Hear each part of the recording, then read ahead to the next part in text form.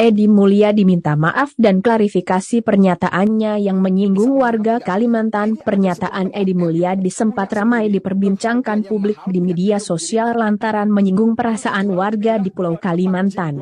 Dikutip dari Tribunnews.com, pernyataan itu berkaitan dengan kritikan Edi yang menolak perpindahan IKN ke Kalimantan Timur dengan membawa istilah jin buang anak. Edi pun memberikan klarifikasi dan meminta maaf atas pernyataannya tersebut. Untuk beli rumah di sana. Gua mau jadi warga ibu kota baru. Mana mau? Banyak monyet.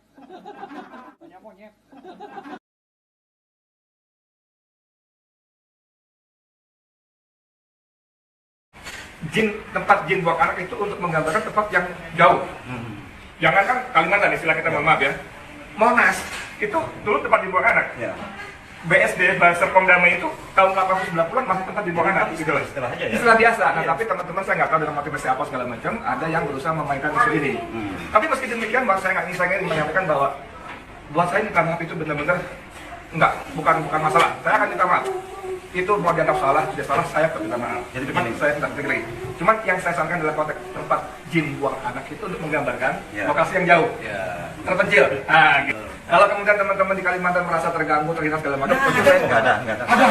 Saya orang Kalimantan. Ya, orang Kalimantan yang seperti apa yang merasa terganggu?